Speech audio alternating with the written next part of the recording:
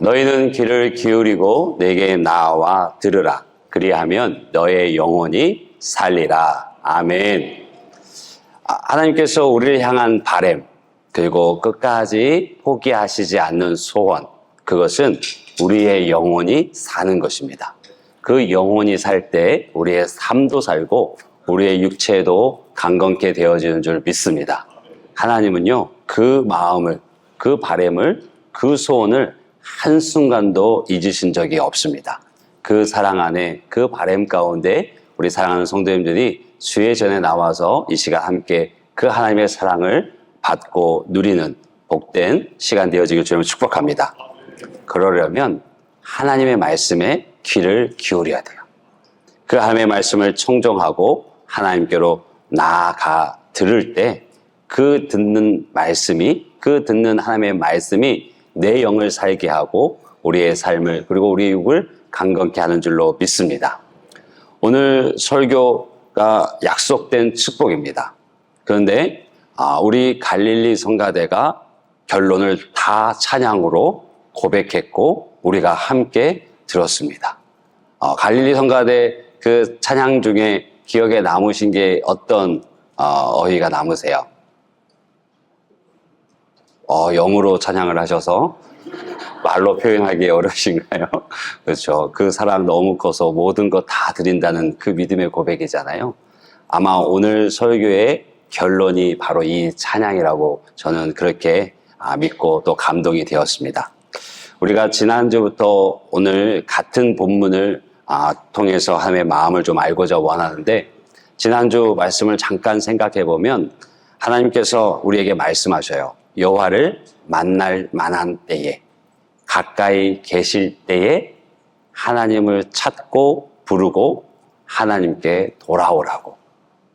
그러면 하나님께서 어떻게 하신다고요? 다 받아주신다고. 다 용서해 주시고 내가 긍휼히 여기겠노라고. 어떤 잘못, 무슨 큰 죄를 또 허물이 있더라도 하나님께서 당신의 자녀들, 자신을 향해 달려오는 그 자녀들을 보고 더 빨리 달려가 그를 안아주겠노라고 말씀하세요. 그래서 둘째 아들이 집 나갔다가 돌아왔을 때 그 기쁨에 가득한 그 아버지의 마음이 이렇게 표현되고 있습니다. 이는 내 아들이 죽었다가 다시 살아났으며 내가 잃었다가 다시 얻었노라. 아멘. 집 나간 아들을 기다리는 그 아버지가 어디 한 시간이라도 편하게 발을 뻗고 잤겠습니까? 비록 마음을 아프게 하고 그러지 말아야 할 그 길을 택하고 나아갔지만 그 아들이 눈에 보이지 않고 그 아들의 삶이 어떻게 될지 너무나 걱정되어져서 한순간도 그 기억에서 지워지지 않았을 겁니다. 그래서 기다리고 오늘 오나 내일 오나 그렇게 하염없이 기다리지만 오지 않았죠. 그런데 올 때까지 끝까지 그 바람을 놓지 않고 포기하지 않고 기다립니다. 그리고 그 아들이 저 멀리서 올 때 여전히 거리가 먼데 달려가서 그를 안고 입맞추며 사랑하고 잔치를 벌여 함께 즐거워합니다. 그때 한 아버지의 말이, 이 아들은 죽었다가 다시 살아났고 잃었다가 다시 얻은 내 아들이다라고 기뻐하며 그 기쁨을 함께 나눕니다. 그 은혜가 우리 가운데 있는 줄로 믿습니다. 둘째 아들이 그렇게 부모의 마음을 아프게 하고 나가서 잘 살아보겠노라고, 내가 진짜 행복을 찾아 떠난다고 그렇게 다 챙길 거 다 챙겨서 떠났죠. 그런데 어떻게 됩니까? 그 길이 참 비참한 걸음이 되어집니다. 그럴 때 그가 자신의 삶을 뉘우칩니다. 아버지를 생각했고 아버지의 집에 종으로라도 내가 가면 좋겠다. 그렇게 자신의 삶을 뉘우칩니다. 그리고 결단합니다. 그리고 돌아왔습니다.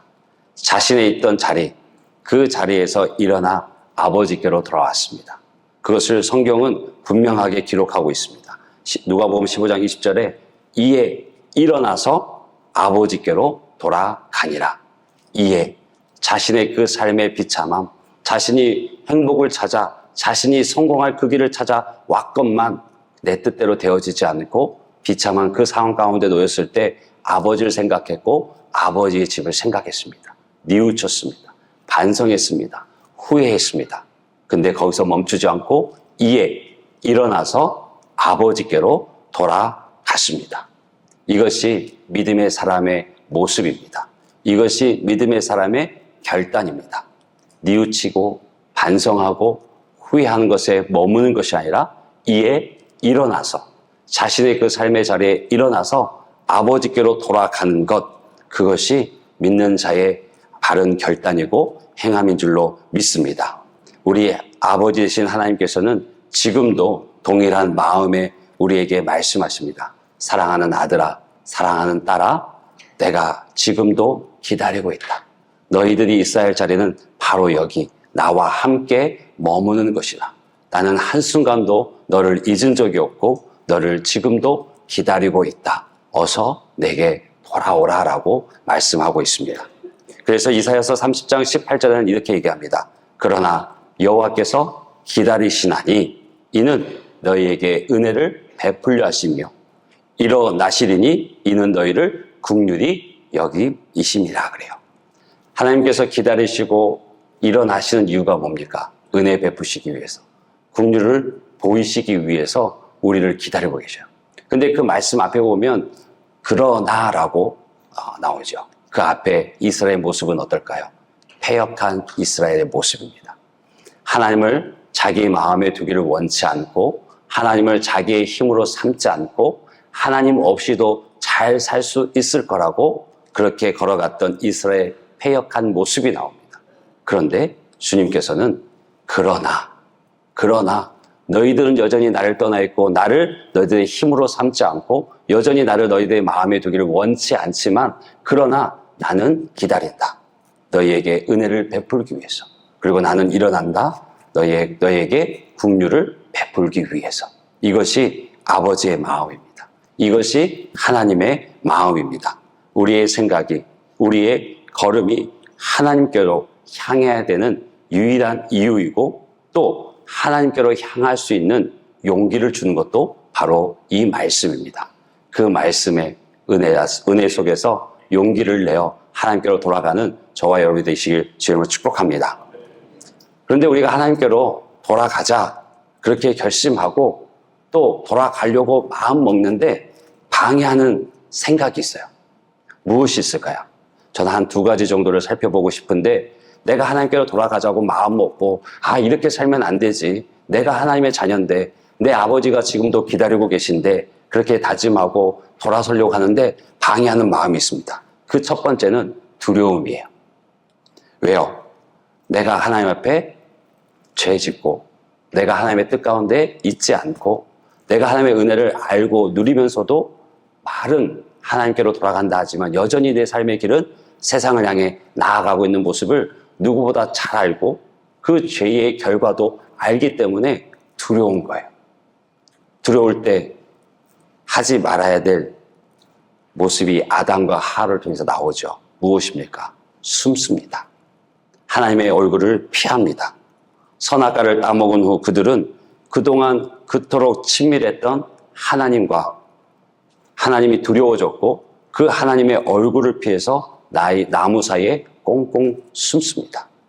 하나님은 그들을 부르면서 찾으십니다. 에덴 동산 곳곳을 거니시면서 아담아 내가 어디 있느냐. 근데 아담은 좀처럼 나오지 못합니다. 왜? 죄를 지은 것을 알기에 그것이 두려워서 숨어버리고 맙니다. 두렵더라도 하나님 앞에 서면 우리 죄를 용서하시는 하나님의 마음을 아담은 알지 못했습니다. 하나님은 우리를 부르고 찾고 계십니다. 우리는 그 하나님을 찾고 불러야 될 줄로 믿습니다. 하나님을 향한 두려움이 곧 하나님과의 친밀함으로 바뀌기 위해서는 우리가 하나님을 찾고 하나님의 이름을 부르는 것밖에는 없습니다. 우리 두려움에서 친밀함으로 하나님 앞에 그렇게 나아가기 위해서는 하나님께서 우리에게 요구하시는 것이 있어요. 우리에게 필요한 것이 있습니다. 그것은 우리들의 삶의 결단입니다. 이에 일어나서 아버지께로 돌아가니라.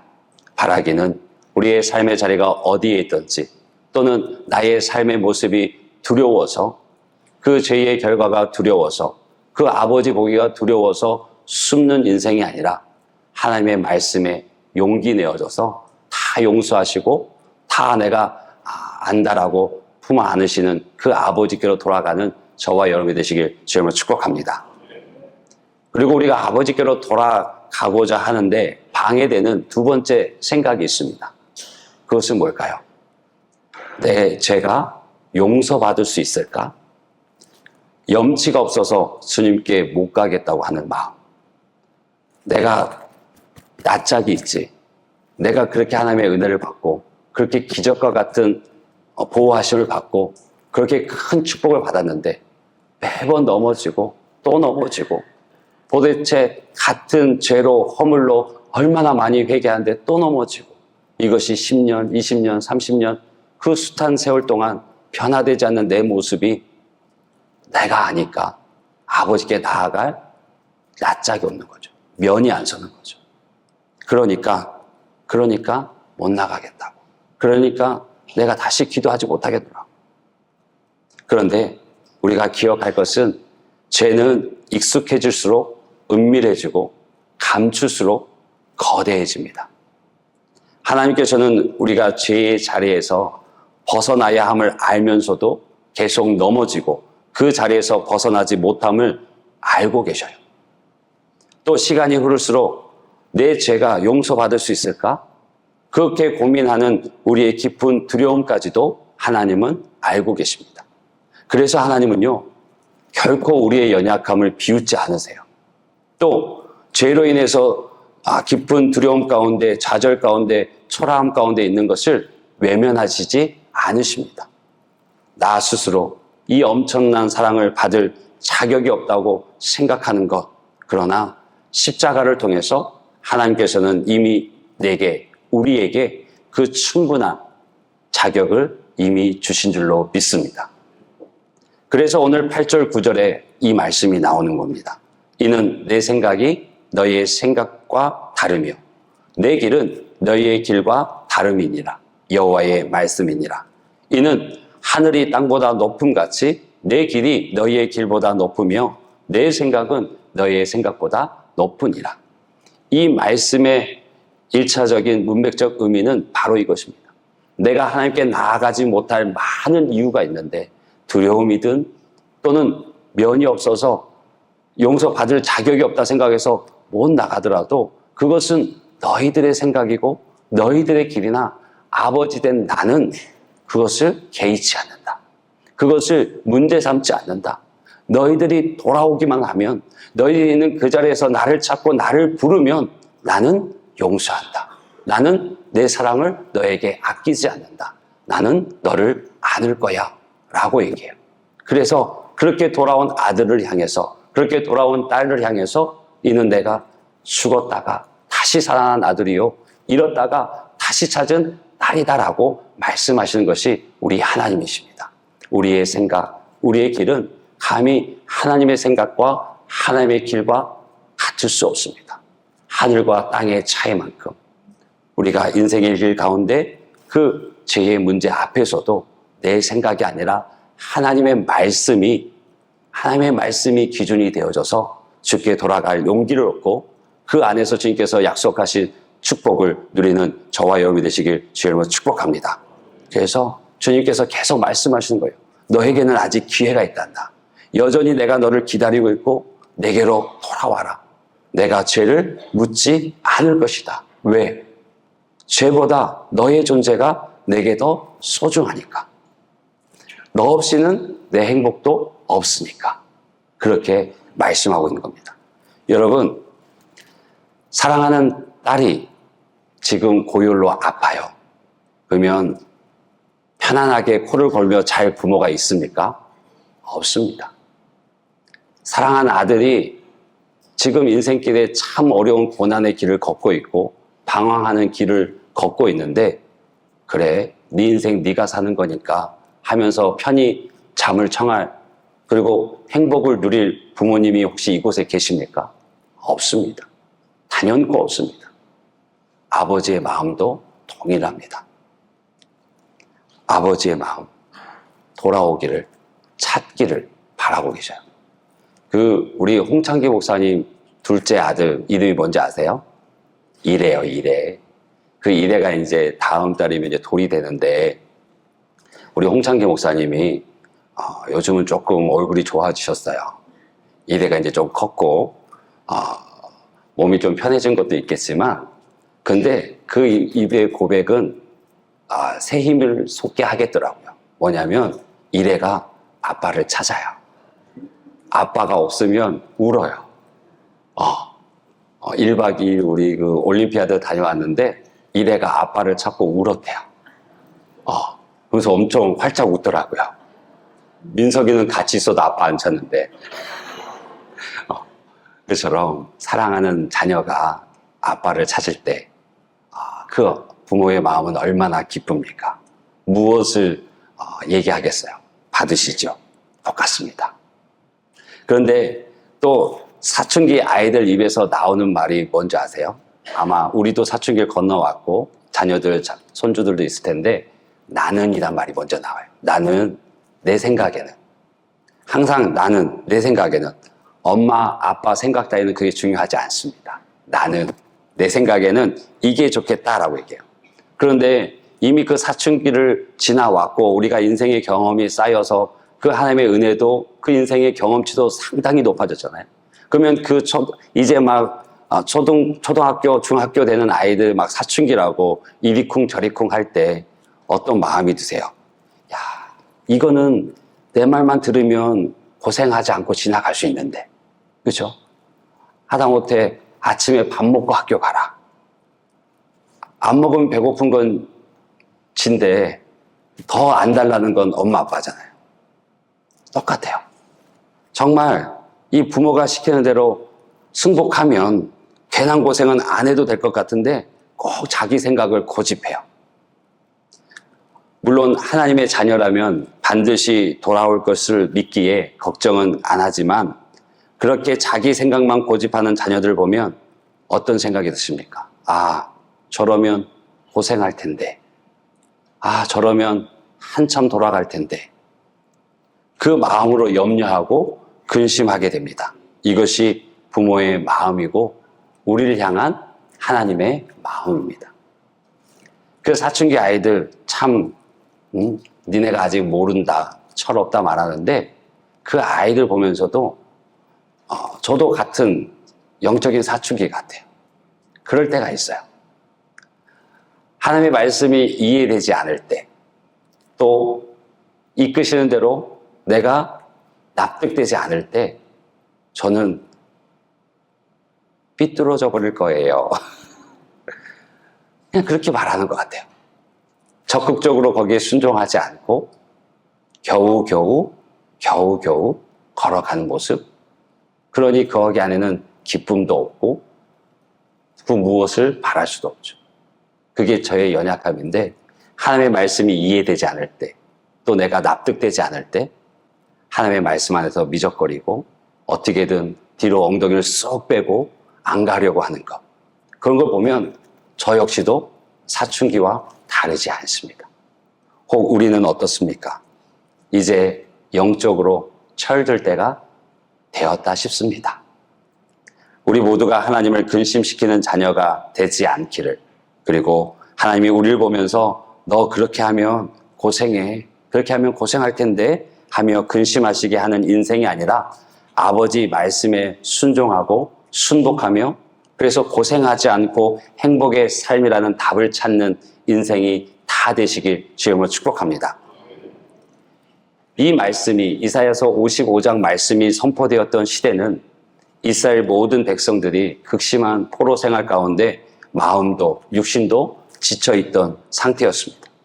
그래서 하나님께서는 이사야 선지자를 통해서 하나님께로 돌아오라고, 그 하나님의 모든 백성이 참된 회복을 누리는 길은, 그 참된 회복을 얻는 길은 내게 돌아오는 것, 내가 베푸는 그 은혜 안에 거하는 것이라고 친히 말씀하고 계십니다. 왜요? 그들의 환경은 그들의 힘과 능력으로 절대로 바꿀 수 없었고, 또한 그 가운데 어떠한 참된 해결책도 스스로 만들어갈 수 없었기 때문에, 그래서 하나님께서 저들을 부르고 계십니다. 그래서 오늘 본문 그리고 55장은 초청의 장이라고 일컬어지고 또 많은 이들에게 암송되어지고 묵상하는 말씀입니다. 하나님께서 값없이 베푸시는 그 풍성한 구원의 은혜로 모든 이들을 초청하시는 그 말씀이 이사야서 55장입니다. 분명 이사야는 죄를 회개하라고, 악한 길을 떠나라고 말하고 있습니다. 6절, 7절이 그렇게 말하고 있지 않습니까? 그런데 그 회개는요, 죄로부터 돌아서는 소극적인 모습도 있지만 하나님께로 향하는, 하나님께로 나아가는 적극적이고 긍정적인 전환도 함께 포함하고 있습니다. 그래서 이사야 선지자가 말하는 것이 여호와를 찾으라, 여호와를 부르라, 여호와께로 돌아오라라고 하나님께로 향하는 그 걸음을 긍정적인 모습으로 나타내고 있습니다. 지금 이스라엘 백성들이 왜 포로 생활을 하고 있습니까? 이스라엘 백성들이 포로 생활을 하는 이유는 그들이 하나님을 떠났기 때문에. 그들은요, 절대 자신들의 나라가 망할 것이라고 생각하지 않았습니다. 자신들이 절대 저 이방 민족들에게 짓밟힐 거라고 생각하지 않았습니다. 왜 그랬을까요? 예루살렘에 하나님의 이름을 두시고 택하신 곳 성전이 있기 때문에, 그곳에 하나님의 임재가, 하나님이 함께 하시기 때문에 이 나라는 망하지 않는다. 또 우리는 하나님께서 선택한 백성이다. 그러니 우리는 망하지 않는다. 그들은 그렇게 생각했어요. 그리고 그렇게 믿었습니다. 그 어떤 환경이 아니다라고 말하고 그 하나님의 선지자들이 아니라고 말해도, 심판이 눈앞에 있다고 말해도 그들은 꿈쩍하지 않았습니다.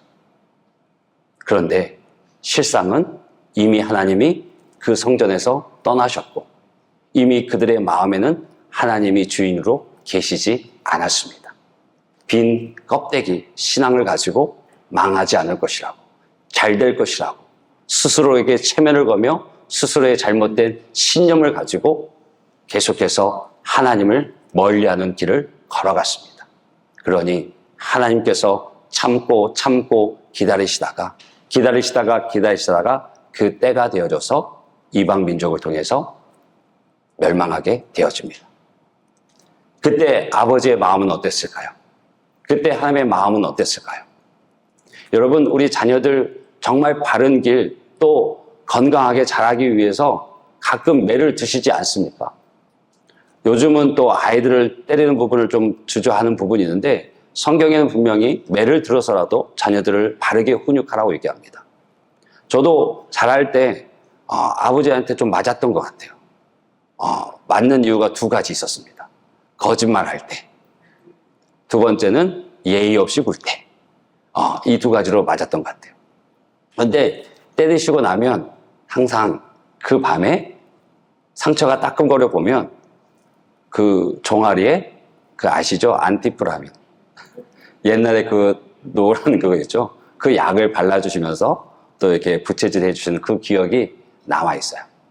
하나님의 마음이 꼭 그러지 않겠습니까?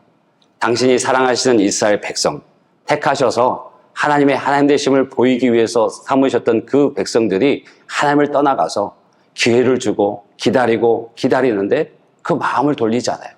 그러니까 이방 민족을 회초리를 들어서 그 이스라엘 백성을 치시는 거예요. 돌아오라고. 너희들 그 길은 잘못된 길이니 돌아오라고 이스라엘 백성을 회초리로 치십니다. 그리고 나서는 지금 하나님이 어떤 마음이시냐면, 비록 이방 민족을 들어서 회초리로 이스라엘 백성을 때렸지만 이제는 들었던 그 회초리를 꺾어버리시고 우리 자녀가 돌아오기를 그렇게 바라고 계신 중에 있습니다. 바라기는 우리가 회개하며 하나님께로 돌아가는 그 은혜가 있기를 주님으로 축복합니다. 그래서 오늘 이사야서 55장은 계속해서 우리를 초청합니다. 1절을 보게 되어지면 오라 너희 모든 목마른 자들아 물로 나오라, 돈 없는 자도 오라, 너희는 와서 사 먹되 돈 없이 값없이 와서 포도주와 젖을 사라. 이 짧은 한 절의 말씀에 오라는 초청의 말씀이 5번 들어가요. 오라. 너희 모두 목마른 자들아 물로 나오라, 돈 없는 자도 오라, 너희는 와서 사 먹되 돈 없이 값 없이 와서 포도주와 젖을 사라. 목마른 자들, 배고픈 자들 누구든지 오라고. 아무것도 필요치 않고 오기만 하면 배부를 수 있고 그 갈증을 해소할 수 있고 그 사랑 안에 있다라고 계속해서 초청하시는 거예요. 이스라엘 백성을 때렸던 그 회초리를 꺾어버리시고 이제는 자녀들이 돌아오기를, 그리고 그 회초리를 향해서 군도하시면서 그들을 심판하십니다. 그리고 그 자녀들은 돌아오기를 바라세요. 여러분, 회개의 부르심은요, 지옥을 피하는 그 의미만 있는 것이 아닙니다. 진정 회개의 부르심은 더 깊고 넓은 뜻이 담겨져 있는데, 바로 지금 여기 계신 하나님께 나와서 그 천국을 누리라는 거예요. 단순히 두려운 것을 피하는 것이 아니라 그것은 소극적인 한 일부분이라면, 오히려 더 크고 넓은 의미는 하나님 품에 와서 하나님과 함께 하나님의 그 기쁨과 즐거움을 함께 누리자라고 말씀하시는 거예요. 바라기는 그 은혜가 저와 여러분 가운데 있기를 주님으로 축복합니다. 그래서 이사야서 55장이 초청의 장인 이유가 거기 있습니다. 2절을 또 보게 되어지면 너희가 어찌하여 양식이 아닌 것을 위하여 은을 달아주며 배부르게 하지 못할 것을 위하여 수고하느냐. 내게 듣고 들을지어다. 그리하면 너희가 좋은 것을 먹을 것이며 너희 자신들이 기름진 것으로 즐거움을 얻으리라. 너희는 왜 어떻게 해서 양식이 아닌 것 때문에 돈을 달아주고 또 배부르게 하지 못할 것을 위해서 그토록 수고하느냐라고 물으시는 거예요. 세상적인 가치관에, 세상적인 성공에, 세상의 그 무엇을 위해서 잠을 줄이고 몸을 혹사시키면서 나아가는 그것이 진짜 너희들에게 도움이 되는 줄 아느냐라고 물으시는 거예요. 아니라는 거예요. 내게 듣고 내게 돌아와라. 내가 좋은 것을 줄 것이고 기름진 것으로 너를 기쁘게 할 것이다 라고 말씀하고 계십니다. 3절에는 이렇게 말합니다. 우리 3절 한번 같이 큰 소리로 읽겠습니다. 너희는 귀를 기울이고 내게로 나와 들으라. 그리하면 너의 영혼이 살리라. 내가 너희를 위하여 영원한 언약을 맺으리니 곧 다윗에게 허락한 확실한 은혜니라. 아멘. 하나님 뭐라 말씀하십니까? 귀를 기울이고 내게 나와 들어라. 그러면 너의 영혼이 산다. 이것이 내가 너와 맺는 영원한 언약이고 확실한 은혜다라고 말씀을 하고 계세요. 여러분, 하나님께서 계속해서 부르짖습니다. 돌아오라고. 이것이 영원한 언약이고 이것이 확실한 은혜고 이것이 너희들의 삶의 유일한 행복이고 전부된 행복이 될 거라고. 바라기는 그 은혜 안에, 그 영원한 언약 안에, 그 약속된 축복 안에 거하기를 주님으로 축복합니다. 그래서 이 약속된 축복을 이루시는데요, 참 우리 하나님 친절하세요. 우리가 잘 못 알아들으니까, 잘 이해하지 못하니까 이렇게 말씀하시는 거예요. 이는 비와 눈이 하늘로부터 내려서 그리로 되돌아가지 아니하고 땅을 적셔서 소출이 나게 하며 싹이 나게 하여 파종한 자에게는 종자를 주며 먹는 자에게는 양식을 줌과 같이 내 입에서 나가는 말도 이와 같이 헛되이 내게로 되돌아오지 아니하고 나의 기뻐하는 뜻을 이루며 내가 보낸 일에 형통함이니라. 아멘. 당신의 말씀을요, 비유를 통해 이해하세요. 하늘에서 내리는 비, 하늘에서 내리는 눈이 다시 돌아가는 것을 본 적이 있느냐? 아니다. 그 내리는 비가 땅을 적시고 씨앗이 싹이 타게 하고 열매를 맺게 하고, 참 진짜 우리 하나님의 은혜를 아는 게 뭐냐면요, 종자도 주세요. 종자는 뭐예요? 내년에 먹을 거리잖아요. 그렇죠?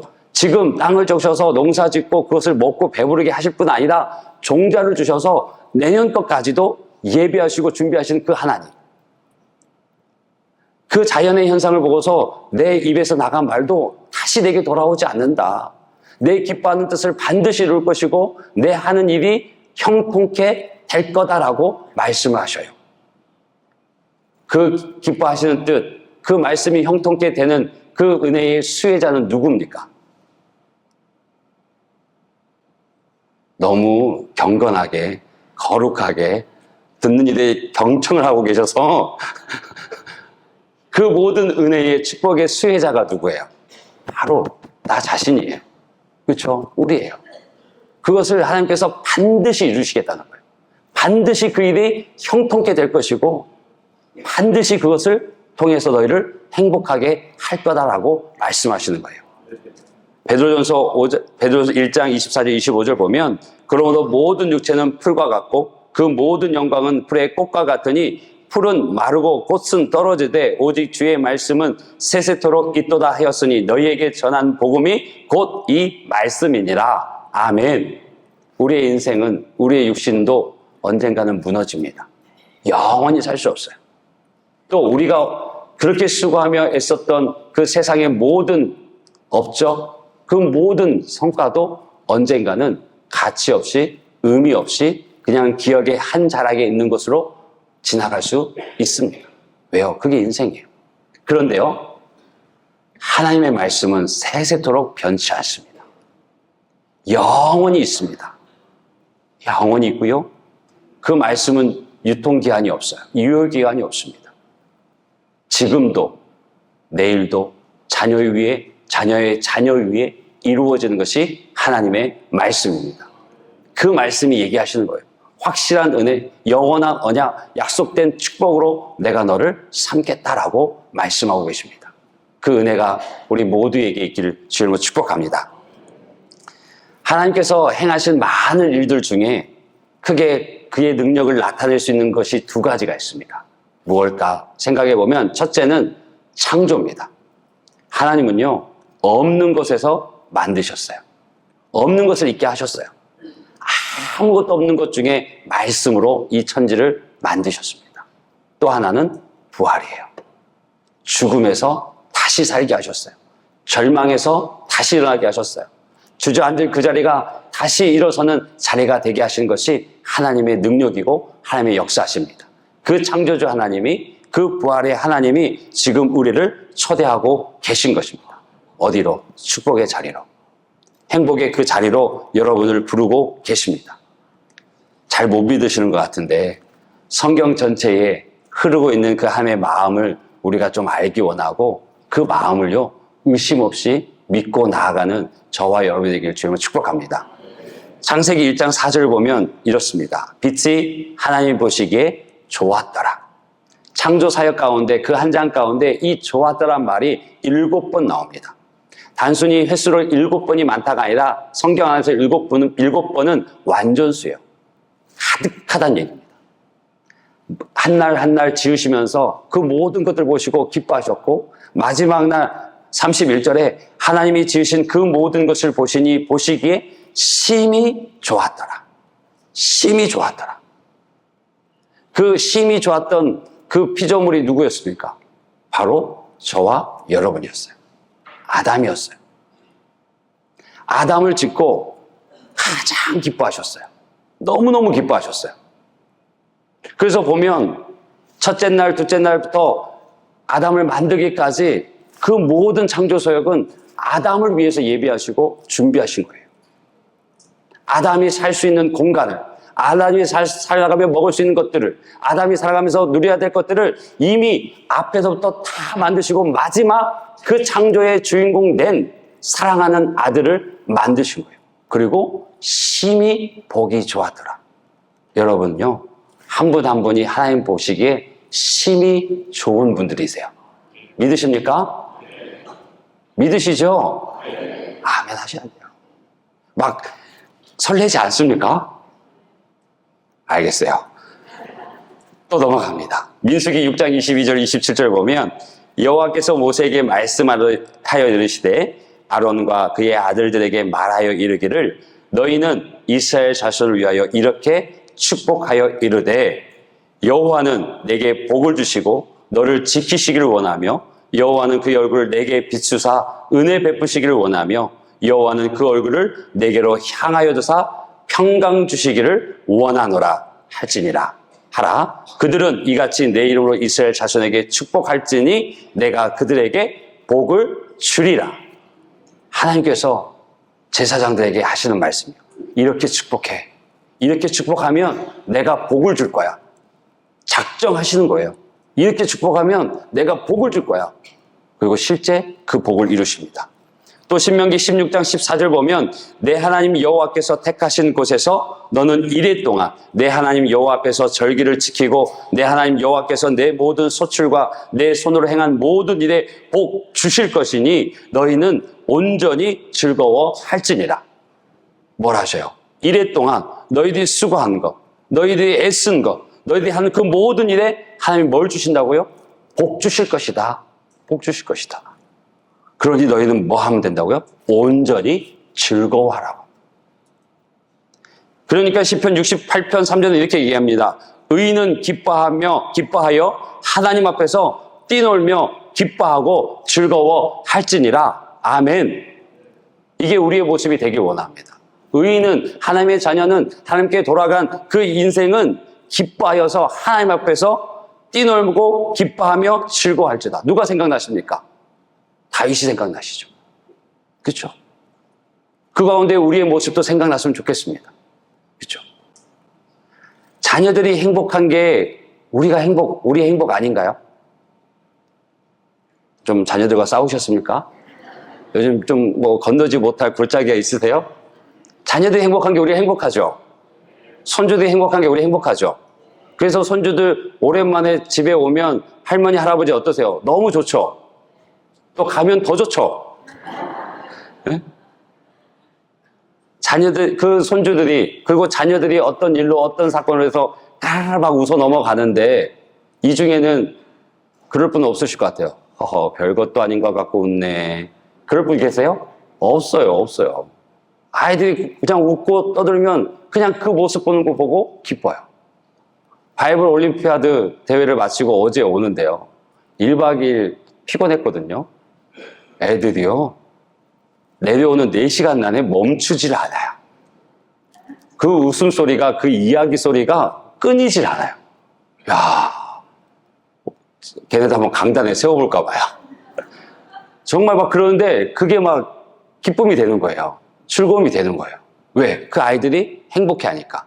멈추지 않고 지절거리고 지들끼리 막 웃고 떠들고 그러니까 그냥 그것이 기쁨이 되어져요. 그러면 정말 우리가 내 자신의 자녀를 보면 얼마나 기쁘겠습니까? 그 자녀가 잘 되는 걸 보면 얼마나 행복하세요. 그게 하나님 마음입니다. 그게 하나님 마음이에요. 그래서 누가복음 2장 10절 보면 천사가 이르되 무서워하지 말라. 보라, 내가 온 백성에게 미칠 큰 기쁨의 좋은 소식을 너에게 전하노라. 예수님이 이 땅에 오시는 그 사건을 예언하는데, 전달해 주는데 뭐라고 얘기해요? 너희 모든 이들에게 미칠 큰 기쁨의 좋은 소식. 아이고 숨차네요. 그렇죠? 기쁨의 소식. 이것을 다 우리가 누리고 있는 줄 믿습니다. 주님이 이 땅에 오신 것, 그것이 정말 우리에게 큰 기쁨의 좋은 소식인 줄 믿습니다. 그래서 요한복음 15장 11절 보면 내가 이것을 너에게 이름은 내 기쁨이 누구 안에 있어요? 너희 안에 있어 너희의 기쁨이 충만하게 하려 함이니라. 그 기쁨이 복음을 통해서, 그 기쁨이 주님의 증거됨을 통해서 나타나는데, 사도행전에도 주를 알지 못하는 곳곳마다 주의 복음이 증거되어지니 모든 이에게 미칠 큰 기쁨의 소식이 증거되어지니 어떤 현상이, 어떤 모습이 나타납니까? 사도행전 8장 8절에 그 성에 큰 기쁨이 있더라. 아멘. 여러분의 인생과 가정 속에 그 큰 기쁨이 있기를 주님으로 축복합니다. 이것이 하나님께서 우리를 향하신 마음이에요. 우리에게 주고 싶어 하시는 것이 무엇인지 조금 느껴지십니까? 하나님은요, 지극정성을 다해서 당신의 자녀를 기쁘게 할 방도를 부지런히 찾으시는 사랑이 많으신 하나님입니다. 하나님은요, 당신의 백성을 행복하게 하기 위해서 쉬지 않으시는 인자한 왕이십니다. 하나님은 당신의 마음을 다해서 심혈을 기울여 만드신 당신의 피조물 보고 심히 좋다고 즐거워하시는 창조주이십니다. 그래서 그 말씀이 12절, 13절에 나오는 거예요. 뭐라고 나옵니까? 너희는 기쁨으로 나아가며 평안히 인도함을 받을 것이요. 그때에 산들과 언덕들이 너희 앞에서 노래하게 되어지고 들의 모든 나무가 손뼉을 친대요. 자연도 그 백성의 돌아옴을 기뻐하고 함께 즐거워한다고 그래요. 그래서 잣나무가 가시나무를, 화석류가 찔레를 대신다. 그 모든 상처와 아픔 대신에 주의 기쁨과 위로와 즐거움이 있게 될 것이라고, 그리고 그 삶의 증거가 너희들에게 영원한 표징이 되어져서 끊어지지 않을 것이라고 약속하고 계십니다. 바라기는 이 말씀의 주인공이 사랑하는 주의 성도들, 하나님의 왕관의 보석 같으신 한 분 한 분 다 되시기를 주님으로 축복합니다. 사진 한 장만 보여주실래요? 사진에 보면 저 젊은 청년이 23살의 미국 올림픽 수영 대표 선수인 헌터 암스트롱입니다. 그는 늘 고백하기를 이렇게 고백합니다. 하나님을 우선순위로 삼고 있으며 인생에서 가장 힘들 때 그분께 의지할 수밖에 없었다고 고백하고요. 그가 금메달, 은메달을 따고 난 직후에 인터뷰에서는 이렇게 얘기합니다. 저는 하나님을 우선순위로 둡니다. 저는 하나님 없이는 살 수 없습니다. 수영이나 올림픽 선수가 되는 것, 그런 것 없이는 살 수 있습니다. 그렇게 고백했대요. 근데 그의 인생이 순전히 탄탄대로였을까요? 23살에 올림픽에 나아가고 금메달, 은메달 땄으면 그랬을 것 같지만 그 인생을 돌아보면 참 많이 흔들렸고 아파했던 것을 고백하게 되어집니다. 그도 처음에는 주를 온전히 신뢰하지 못했고 온전히 자신을 향한 하나님의 계획을 알지 못했습니다. 그래서 시합이 있거나 어떤 중요한 시합이 있을 때 그때는 바싹 기도합니다. 그리고 잠깐 지속되다가 금세 시들어요. 더 이상 하나님을 찾을 필요가 없게 되어지면 기도하지 않고 예배하지 않고 하나님을 찾지 않았던 삶이었고, 이 올림픽 출전을 1년 앞두고는 더 어려운 일들이 겹겹이 나타납니다. 자신을 그동안 지도해왔던 코치와 결별하게 되어지고, 신앙의 유산을 물려주신 할아버지가 소천하게 되어지고, 오랜 기간 사귀었던 여자친구가 이별을 통보하고, 그래서 그는 그 짧은 순간에 너무나 많은 일들을 당하면서 마음이 무너져야 됩니다. 멘탈이 흐트러져 버려요. 그래서 우울증이 찾아오고요. 모든 경기나 점점 올림픽은 눈앞에 다가와지는데 의욕이 없어져요. 그리고 점점 그 마음을 가는 대로 놔주기 시작합니다. 그런데 그의 동료들이 그를 위해 기도하고 그를 부릅니다. 성경 공부하는 데 불러요. 그래서 다시 하나님의 말씀을 듣게 하고 다시 하나님 앞에서 그 마음을 정하게 하고, 그래서 그가 마음을 찾고 하나님을 신뢰하면서 그의 삶이 변화되기 시작합니다. 그러면서 그가 뭐라 얘기했냐면 그 시련의 시간이 자신을 더 나은 사람으로 만들었다고.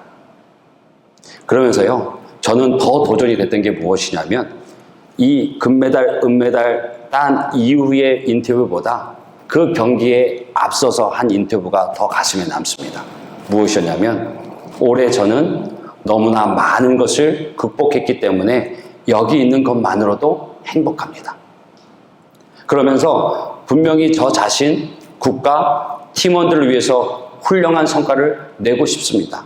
하지만 제가 메달이나 최고 기록을 하나도 얻지 못하더라도 여전히 저 자신과 하나님을 잘 대표하는 것을 알고 보이고 떠날 수 있다면 만족합니다. 그는 경기 앞서서 자기 SNS에 이렇게 남깁니다. 최선을 다할 수 있는 힘을 주시고 제가 하는 모든 일이 하나님의 이름에 영광이 되게 하옵소서. 그 마음, 그 신앙 고백을 가지고 그 올림픽 대회에 나아가게 됩니다. 이게 우리가 바라는 모습 같습니다. 우리가 나아가야 될 걸음 같습니다. 우리가 어느 삶의 자리에 있든지, 어떤 삶의 공고함에 있든지, 어떤 죄의 묶임이 있든지 아버지를 찾고 부르고 나아갈 때 하나님께서 그 넓으신 품으로, 그 따뜻한 품으로 우리를 안으시고 새롭게 하실 줄로 믿습니다. 우리 이 마음을 담아서 함께 찬양하고 기도하길 원합니다.